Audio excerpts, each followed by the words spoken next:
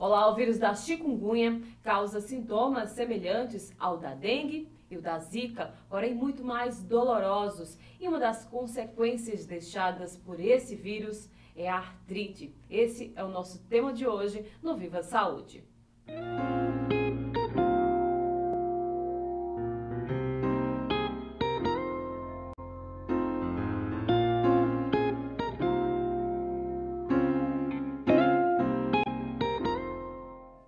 Entre os especialistas que estão sendo requisitados para tratar de um paciente com chikungunya, está incluído agora o reumatologista. Por isso nós convidamos aqui no nosso estúdio Marcos Ivanovic. Muito obrigada pela sua presença. Obrigado, estou à disposição de vocês para esclarecer essas novidades sobre chikungunya e suas consequências. É tudo tão novo até para vocês que são profissionais médicos, né? Como é que está sendo a chegada dessas pessoas aos consultórios médicos? Qual o relato delas? Olha, o consultório médico do reumatologista hoje, ele tem que estar de portas abertas para acolher esses pacientes. Até pouco tempo nós encaminharíamos esses pacientes para o infectologista, uma vez que nós estamos diante de uma doença infecto-contagiosa. Mas o quadro osteoarticular, o quadro articular fundamentalmente, de muita dor, muita limitação, muita inflamação, tem feito com que esses pacientes nos procurem e nós temos que cuidar deles junto com o infectologista e talvez assumindo até por mais tempo o tratamento dessa patologia nova em nossa vida. Para se ter uma ideia da importância, esse foi o tema do Congresso Pan-Americano de Reumatologia, os efeitos da chikungunya nesses pacientes. O que foi abordado nesse congresso? O Congresso Pan-Americano de Reumatologia, que aconteceu mais ou menos um mês atrás na cidade do Panamá, que reúne toda a reumatologia da América do Norte, da América Central e da América do Sul, trouxe como um dos temas mais importantes em salas que foram muito frequentadas por um grande número de médicos, as consequências dessas arboviroses, como nós chamamos o grupo de patologias determinadas pelo vírus da dengue, pelo vírus da zika e pelo vírus da chikungunya. Em particular, nos chamou a atenção o interesse e o conhecimento que eles tinham, uma vez que eles vivem e convivem com essa patologia e com a síndrome articular relacionada com ela há mais ou menos 3 anos. Então nós trouxemos dessa experiência, né, e da informação deste país e deste grupo de países que tem mais vivência na doença, algumas formas de como lidar, como abordar, como lidar com esse paciente. Nós temos no Brasil alguns entendimentos sobre como esse vírus penetrou no nosso país, né? E nós sabemos hoje que parece não ser um vírus único.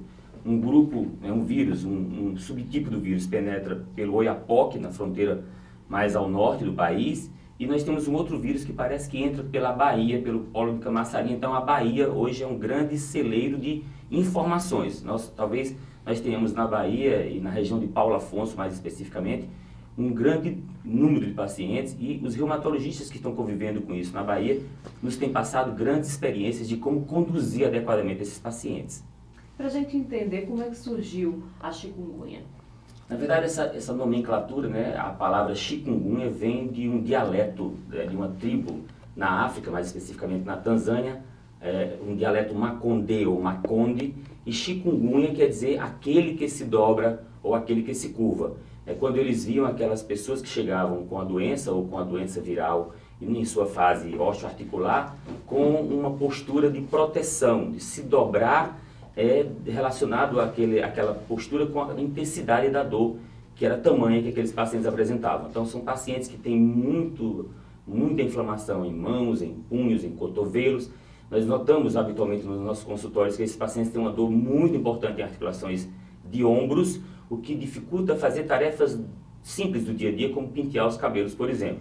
Mas também acometimento de pés e tornozelos, evoluindo com edemas importantes em membros inferiores e um quadro típico de uma poliartrite, o que fez muitos médicos confundirem essa doença em fases iniciais com uma doença e uma síndrome reumatológica clássica, autoimune e inflamatória, chamada artrite reumatoide. E além dessa dor, que outros sintomas são relatados pelos pacientes? Então, além da dor e da limitação funcional que esses pacientes experimentam, eles têm, às vezes, um racho cutâneo frouxo, que é muito mais comum na zika do que na chikungunya. Eles têm queda do estado geral, inapetência. Além de dores articulares, eles apresentam, às vezes, uma dor muscular difusa, uma mialgia difusa. Esses pacientes, principalmente em pacientes de idade mais avançada, nós temos que ter muito cuidado, porque eles habitualmente desidratam com muita facilidade e isso tem sido motivo de aumento de mortalidade. Os casos de morte em chikungunya habitualmente acontecem em pacientes com mais idade, que desidratam, desenvolvem distúrbios hidroeletrolíticos importantes, o que pode gerar arritmias e outras manifestações que podem levar esses pacientes até ao óbito. Então é uma doença que é importante na parte osteoarticular, mas que também tem desdobramentos que podem ser fatais. É uma doença relativamente nova aqui para a gente do Brasil. De que forma está sendo feita a confirmação desses casos? Em algumas regiões, como citei para você o exemplo da Bahia, eles nem estão pedindo mais sorologia, porque é aquela história de que todo mundo nas cidades está apresentando quadros semelhantes. Então o vizinho teve, na sua casa quase todo mundo teve, as características clínicas eram suficientes para que você chegasse ao diagnóstico. Nós não tínhamos acesso a essas sorologias, né? A sorologia para o chikungunya, a sorologia para a zika, a sorologia para a dengue nós já disponibilizamos e é disponibilizado na rede pública de saúde há muito tempo, mas essas duas últimas são sorologias mais difíceis de ser realizadas e, mais recentemente, nós começamos a ter a disponibilidade pelos planos de saúde e mesmo pela rede pública da sorologia para chikungunya, mas ainda não para a zika. Então, o padrão de diagnóstico mais de excelência seria que você tivesse a clínica associada à sorologia, mas você não está, não é necessário, de forma absoluta, que você tenha a sorologia nas suas mãos para que você trate o paciente. Esses pacientes precisam ser tratados, porque eles estão evoluindo com muito desconforto, com muita dor, e não dá para esperar a sorologia, que pode ser demorada, para que você inicie terapêutica adequada para controlar os sintomas dos pacientes. Então a falta dessa sorologia muitas vezes fazia confundir-se com a zika, que era uma doença estava muito mais popular. Exatamente. Mais consensual hoje de que aquilo que traz mais dor articular, aquilo que traz mais incapacidade e limitação deve ser chikungunya. A zika pode fazer um quadro parecido? Pode, mas parece que a zika dá muito mais mialgia, uma coisa mais parecida com a dengue do que com a chikungunya, que pega a articulação em si. Existem trabalhos na literatura mostrando permanência do vírus por muito mais tempo do que o que se esperava.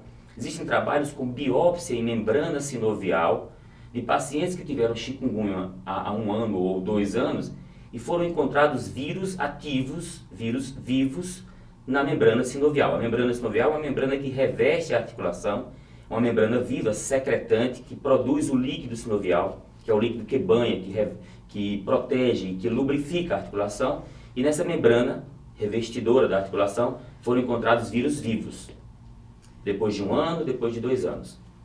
Nossa, e a gente vai entender mais sobre a chikungunya já no próximo bloco. Esse é o Viva Saúde. Hoje eu estou conversando com o reumatologista Marcos Ivanovic. É 1 minuto só, a gente volta já.